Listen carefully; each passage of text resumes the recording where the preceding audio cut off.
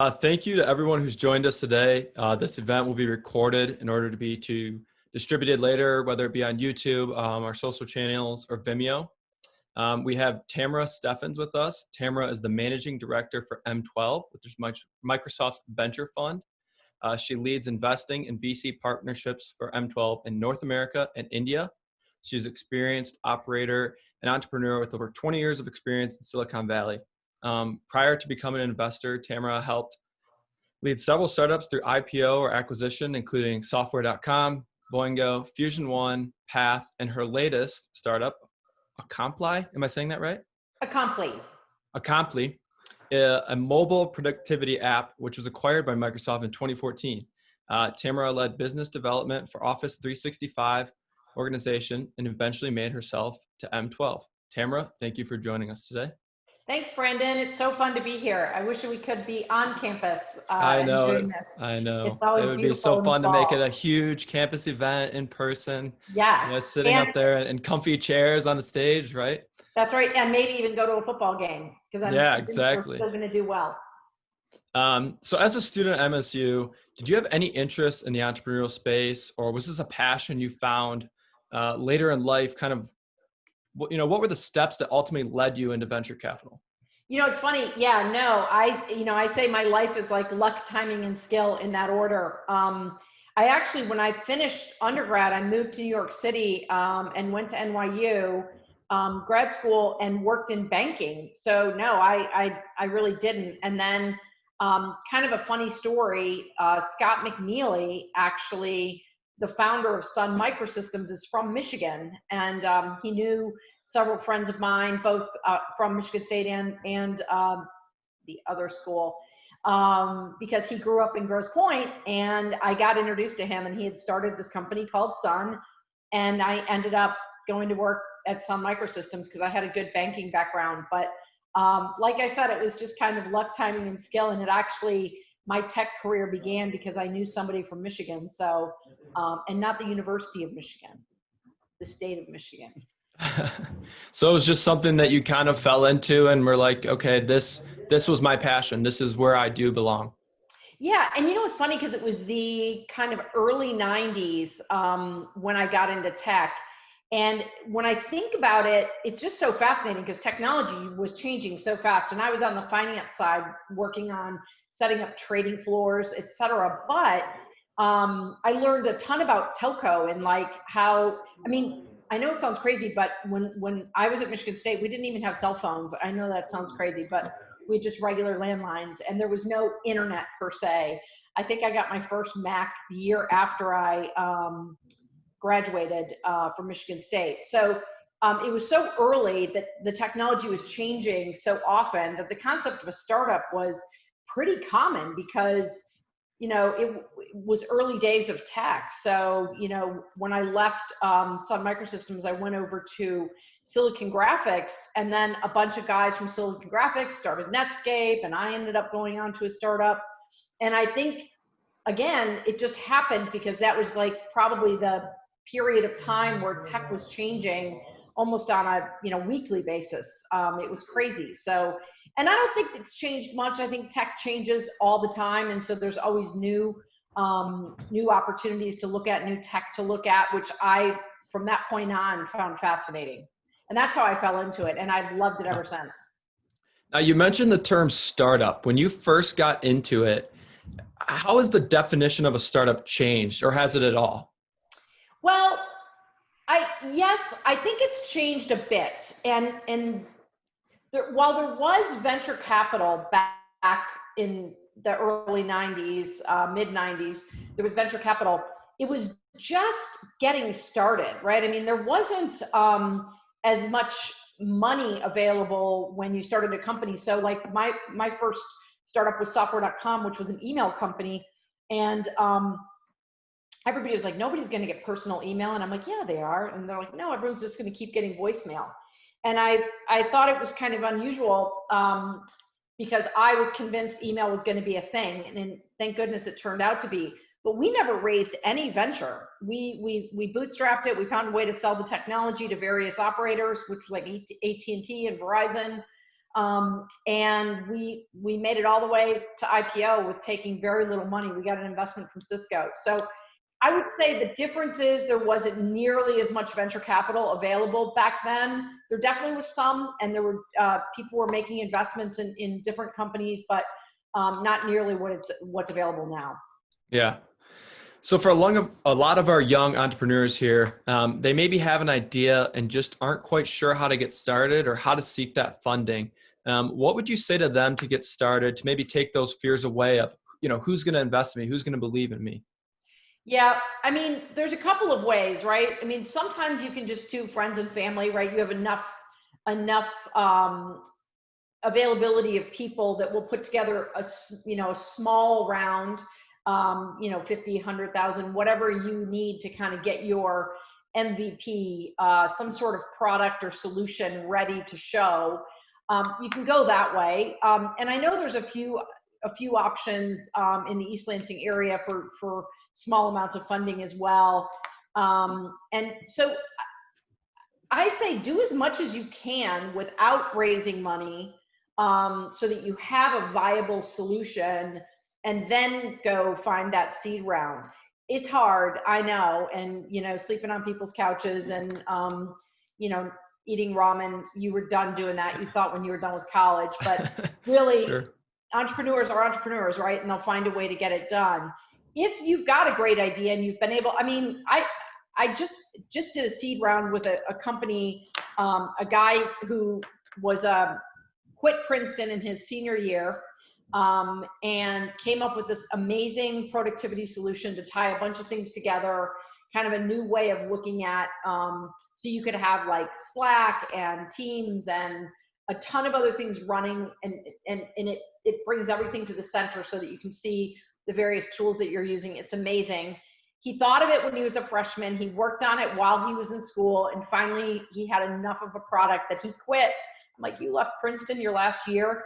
But he's so passionate about it. And he went and got a seed round from the infamous Chamath Palihapitiya, who was at Social Capital. And now we're going to do kind of the second seed. That was probably more friends and family, that first round. And, I don't know how he's done it, but he has, and it's really impressive. And I think he did the right thing in trying to get a beta product out there and get users using it so he could, fix the product and make changes to it as he needed to. Right. So what are those components of the pitch when a startup is going to a VC and trying to gain funding? What do they absolutely need? I think the number one question that has to be answered is, what is the total addressable market, or TAM? So when you have an idea, how much revenue and users can you get with this solution? And don't exaggerate. Really understand that market and say, I think it's reasonable to say we can capture Fortune 1000 companies, and there'll be somewhere between 30 and 50 users in each company, and we believe we can charge X number of dollars per seat or per transaction, and really write the financial model based on what is reality. I like to give this example of a company that we looked at, Brilliant Tech. It was a robotics company. I won't mention the name because the funny part about it was, they're in automotive. They do automotive robots. Again, brilliant technology, great stuff. But they were convinced that they could sell $90 million of robotic technology to Volkswagen. And I'm like, but you're only worth like $3 million right now. Maybe with your seed round, you'll be 10 million, 15 million. Why would Volkswagen pay you 90 million? They could just buy the whole company. So they weren't being realistic on how many deals they could really get done in the next 12 months, what their trajectory was going to be over 2 to 3 years, and building out that financial model. And you lose credibility when you do that, right? Like, you're like, I'm going to sell $90 million to one automotive company. And maybe it's because I'm from Detroit. The automotive companies don't spend $90 million on anything. So, especially a German one. But anyway, it was funny. We did end up doing the investment because the technology was great, but we really had to teach them how to figure out what is the total addressable market, right? And what's realistic. and how do you build a plan for 2 to 5 years so that you know where you're going. Mhm. So you mentioned you had to teach them. I know for a lot of, student startups, you're going to evaluate their teams, and their teams may not have super strong backgrounds being just out of college. So when you see those types of scenarios, are you more so evaluating, okay, we like this product, we think that we can then step in and take a more of a mentorship role on here as well? Yeah, I mean, I think I can usually help startups from a mentorship and like running the business operationally, giving them ideas and what would be successful.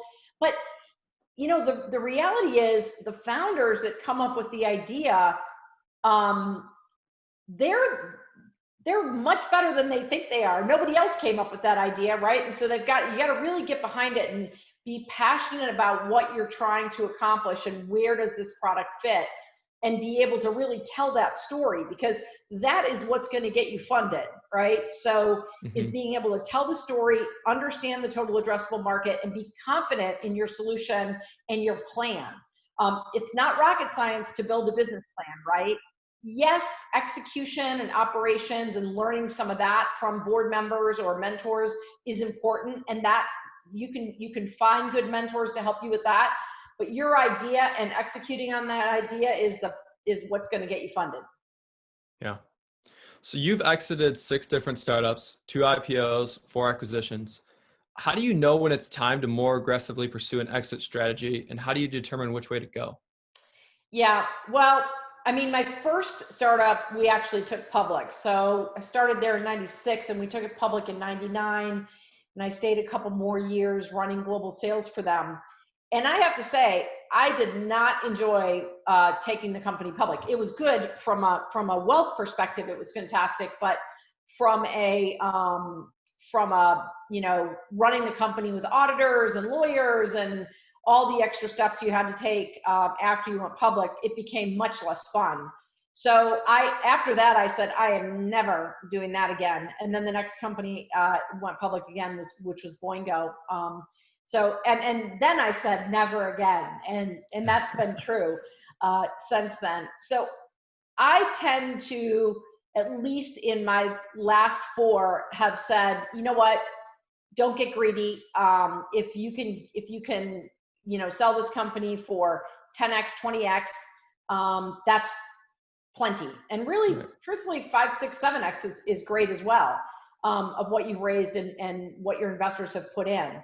But you strive for 10 to 20, and if you take a little less, who cares?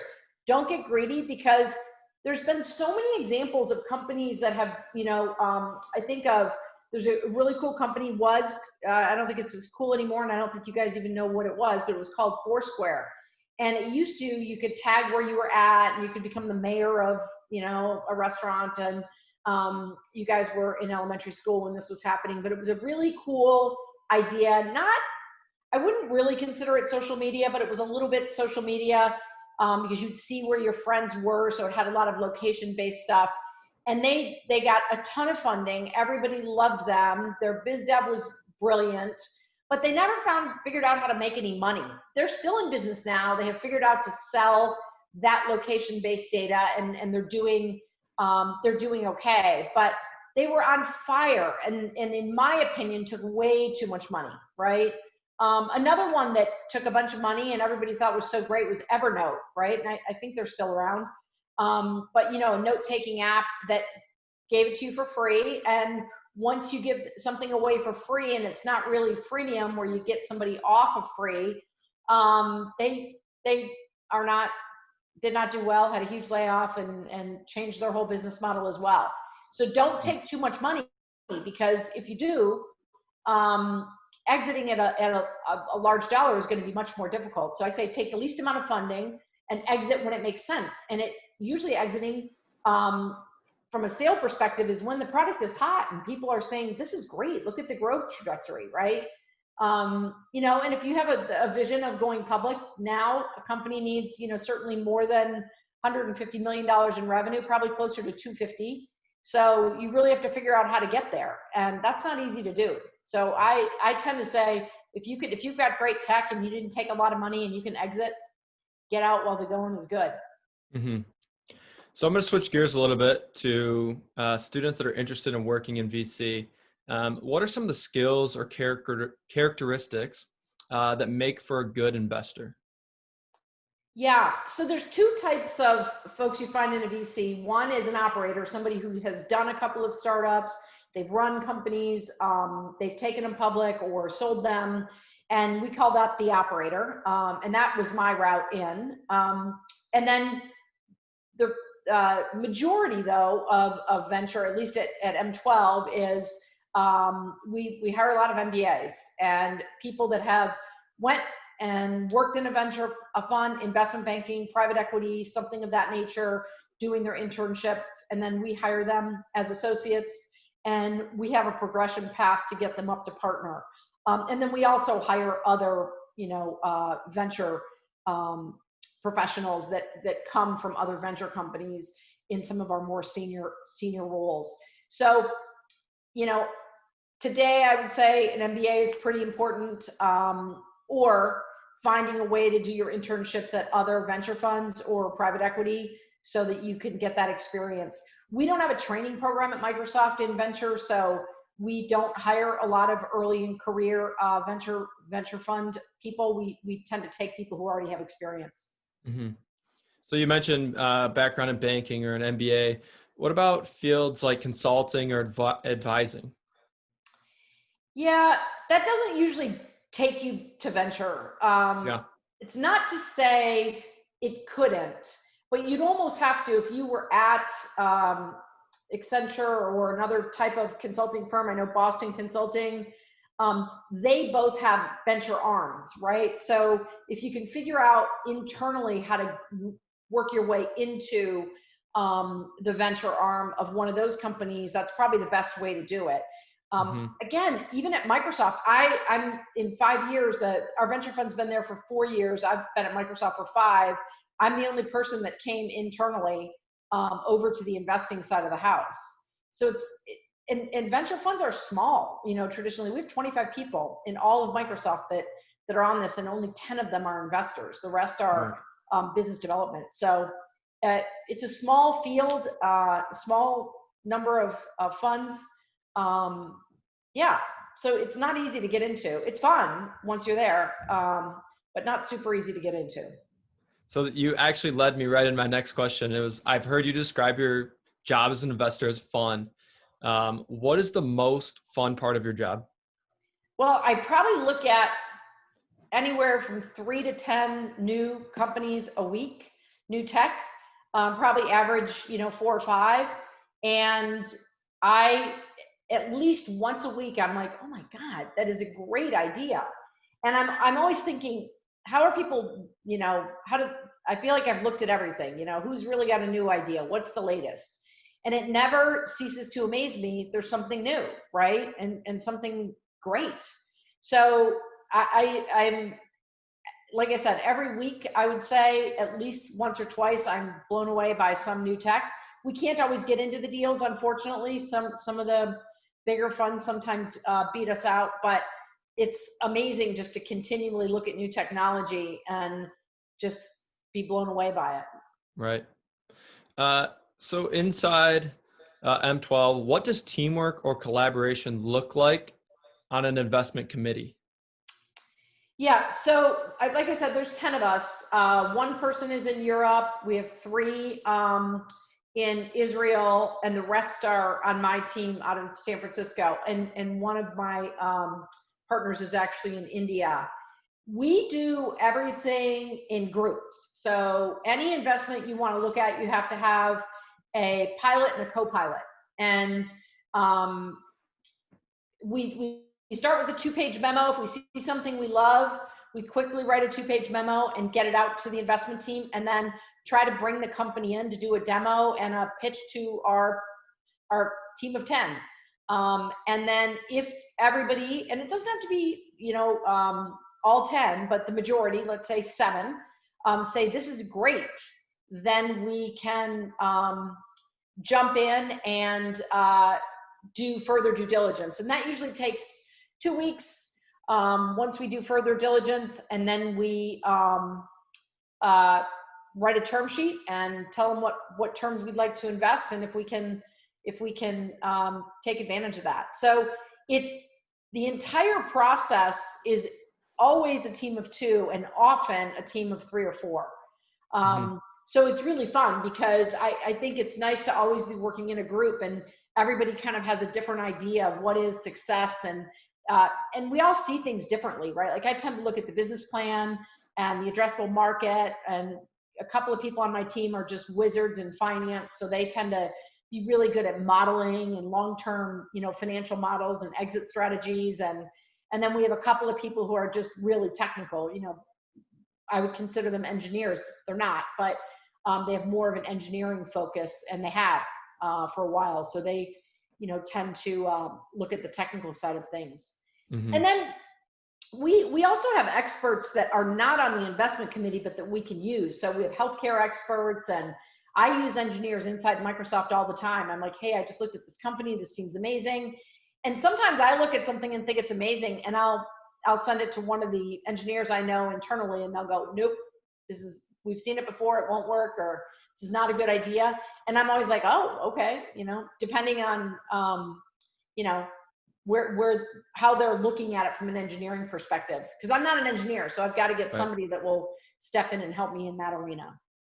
And now these portfolios or profiles that are coming into you, are these teams sending in pitches? Are they sending in just their documents of what their company is, or are you guys finding them and then going through the profiles? Well, a lot of both. So sometimes we'll get pitches that will come in. So there's different areas of Microsoft. We actually have a group that's called Microsoft for Startups, and they're talking to all the venture funds, and so are we, but they're talking to them from a different perspective, trying to get startups to use Microsoft technology, build on Azure, which is our storage, build on Office 365, which is Word, PowerPoint, or Excel on the platform. So they're out there talking to startups, and they have a much larger team than I do. So they will bring us ideas. A lot of times our biz dev guys in the field that are working on doing integrations and partnerships will come across startups that are amazing, and they'll introduce us.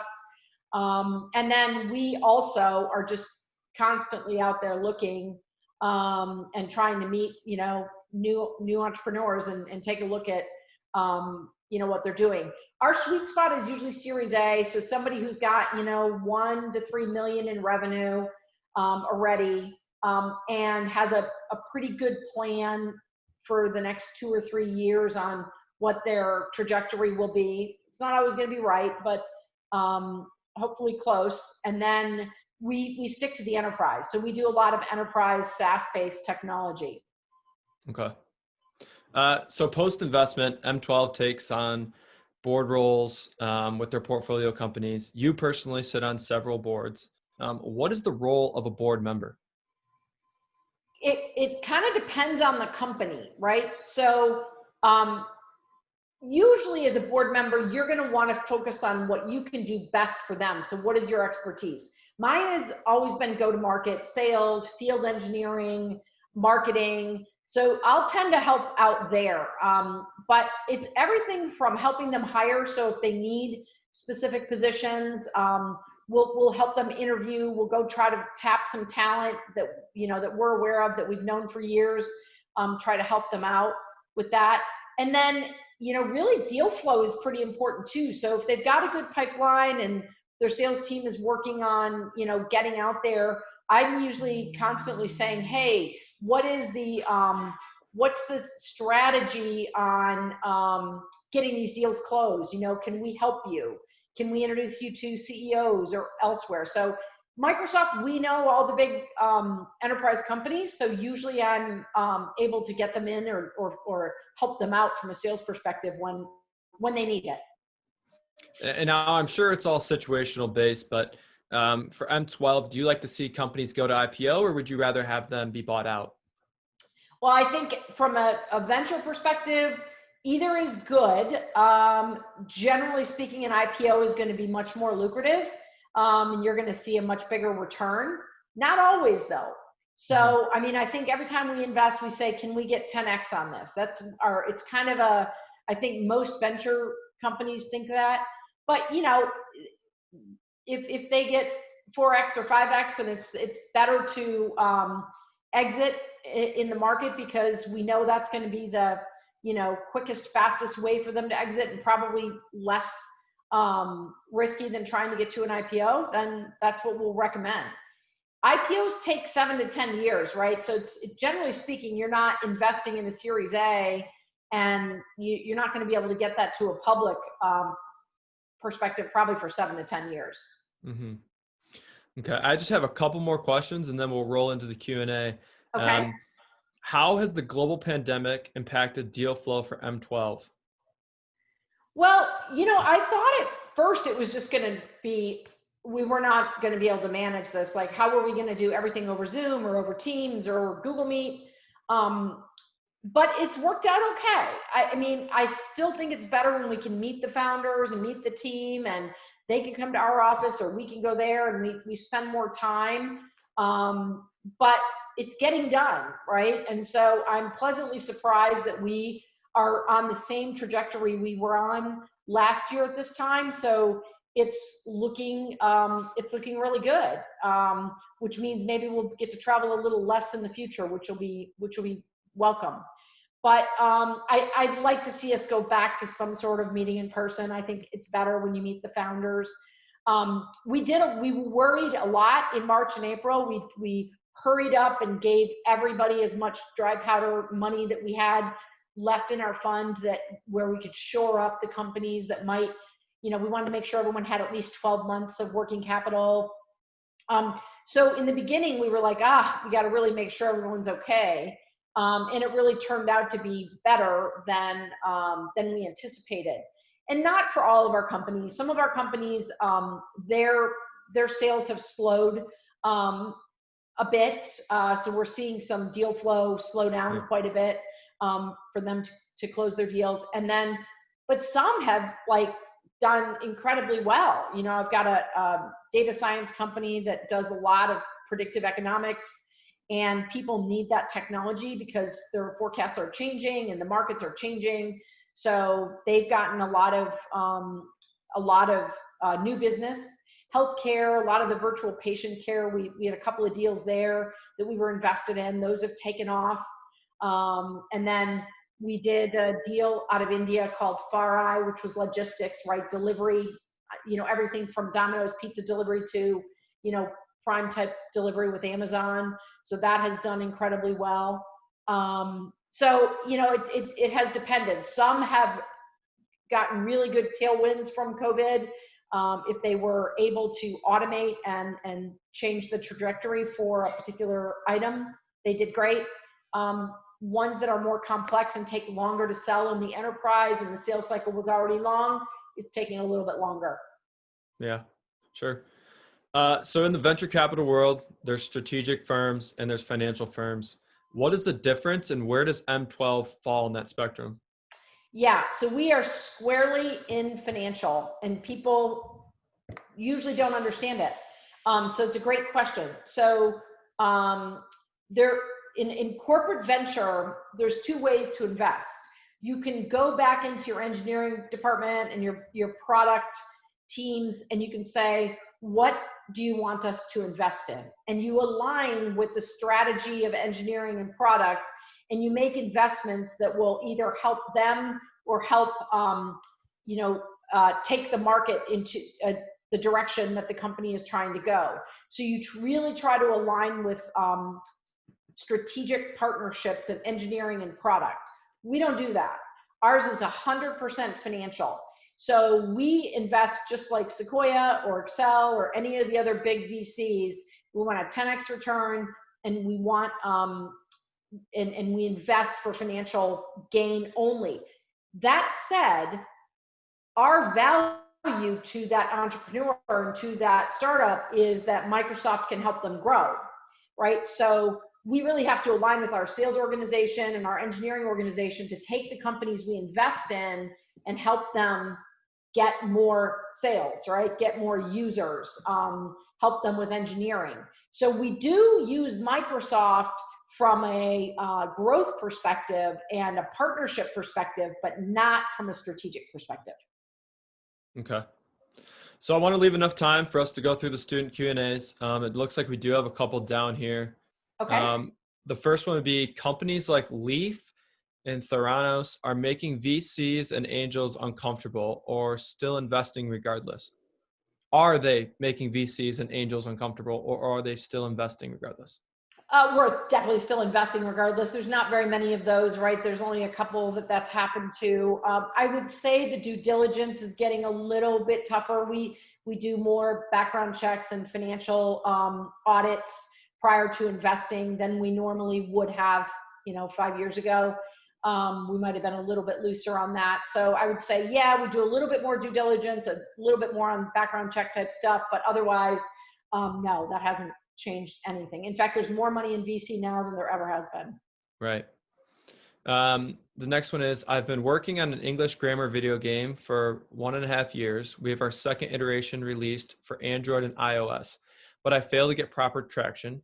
Players would download the game and play for 10 minutes before getting bored. I think the reason is because there's so much competition from companies that have invested much more money, proper content, many more features, etc., that it's hard to compete in the space. Should I try to double down and start reaching for financial, even though I don't have the traction, or just give up? Well, never give up.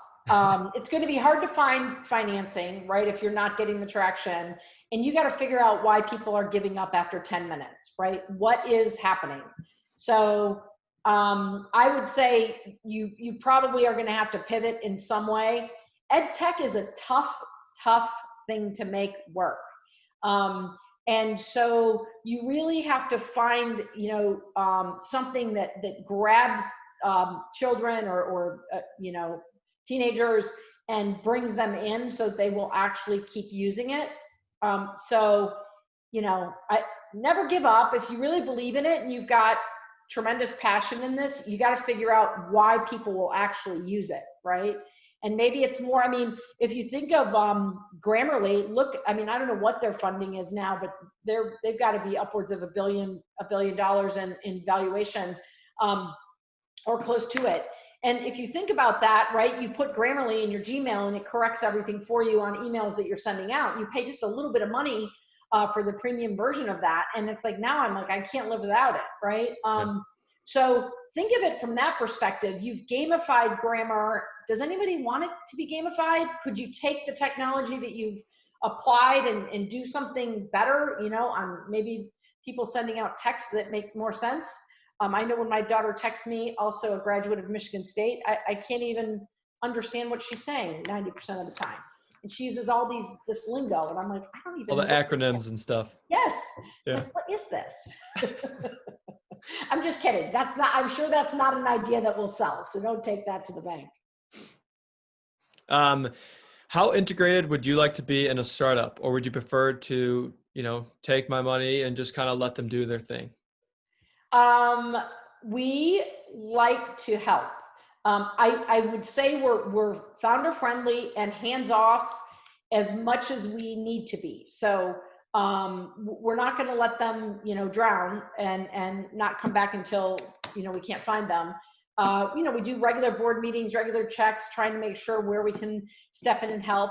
But, I'm on the board of a couple of companies that are executing flawlessly, right? They don't need much from me. I still try to help on the go-to-market and sales side, but if they don't need me, I don't push myself on them. When they do need me, I really try to roll up my sleeves and get in there and help. Sure. So a lot of companies have kind of rose because of COVID, for example, online meetings, connectivity. Are they admirable, or are they just seen as a fad until we kind of get through this stage of COVID and everything we're living through? Well, I will say this. Satya, our CEO, Microsoft CEO, Satya Nadella, he said we did 2 years of digital transformation in 2 months because of COVID. We had millions of users using Teams, but we literally went to 70 million users almost overnight, right? So I don't think that's going to go away, but I think it's going to be, you're going to have a happy medium. You'll do a lot more video type meetings like this because you can, and they're quick and really efficient, and people know how to use the technology now. And I think we're going to do in person. I know a lot of companies like, I think I saw something in the Washington Post this week that Twitter said, you can work from home forever. And, we have not said that. I mean, we have explicitly said that we are not a work from home culture, and that when safe, we'll get back on campus and people will be back in the office. I think we all realize it's going to be a little bit of a mix, right? I think people have been really successful working from home. So the fact that maybe they want to work from home on a Monday or a Friday or a Wednesday, or you have more flexibility, I think that's going to be the benefit of what happened with COVID, is that there'll be more flexibility in the way you approach online work and working. But I don't think we're just all going to stay glued to the screen for the rest of our lives. Please tell me that's not true.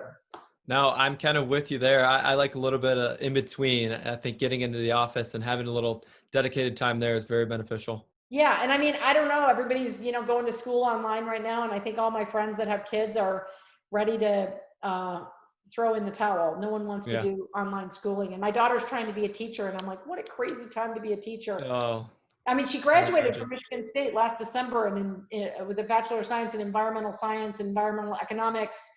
And I don't know why she's not doing that, but she decided she wants to be a teacher. And I'm just like, it's crazy. So speaking of school, companies that sell to school districts, competitors to Chromebooks, are they still attractive or not because of government tech? I don't know. We're Microsoft. We use Windows. All my friends that work at Google love Chromebooks. So, I think in the United States, Chromebooks has dominated, and the cost of a Chromebook has gone way down. It's very easy, especially in K through 6, right through 6th grade, where you can really manage those devices, and school districts can afford them because they're, sub $100 now. So I think Chromebooks are here to stay for a while. I think in high school, though, when you get junior high and high school, it's still going to be what your preference is and what your school district can afford. Mm-hmm. So I think it'll be a mix in upper schools. Sure. So it looks like this is our last Q&A here. It said, what other exits do investors like to see instead of IPO or buyout? Well, I mean, there's 2 ways to exit, right? Well, I guess technically 3. You can IPO or you can sell. And the other one is a private equity firm could come in and take over. Generally speaking, private equity acquisitions are the least advantageous as far as return on investment, but sometimes they can be great. It can be a great angle to exit a company. But usually if a private equity firm is going to come in, they want 51% or more ownership. So you may still own some of it. They're going to go in and dig in and revamp that company and either take them public or get them back out there. So it's private equity can sometimes be a 2-step process. There really aren't any other ways out, right? You either sell the company or you take it public, or again, you could do the private equity route, but it's not going to be generally as lucrative. Sure. Well, Tamara, I want to thank you for joining us today. If you guys want to hear more from her, she'll be at Innovate State tonight at 6 p.m. Through the Burgess Institute. So we're looking forward to that conversation as well. Hopefully they can dive in a little bit deeper on what we've touched on. But I think all the information you've been able to give us has been awesome. And I definitely learned a lot myself. Great. Thanks. And it's so fun to talk to MSU students. Thanks. Go Green. And I hope to be on campus soon. Awesome. Boy, I just wanted to add really quick that one of the things that you mentioned while you were talking, Brendan asked the question, like, what should a pitch to like a VC include? And I think you had mentioned that you should tell the story. Tomorrow we're actually hosting a talk by Zhao Ma, who is another venture capital investor, and he's going to be giving a presentation on that exact question. What do VCs look for and how to tell the story of your company? And so if you're interested, I highly recommend attending that. Great. Maybe I'll even attend. Well, yeah, look forward to seeing you, I guess. Thanks, guys. It was really fun. Thank you, Tamara. Talk to you soon. Bye. Nice day. Bye.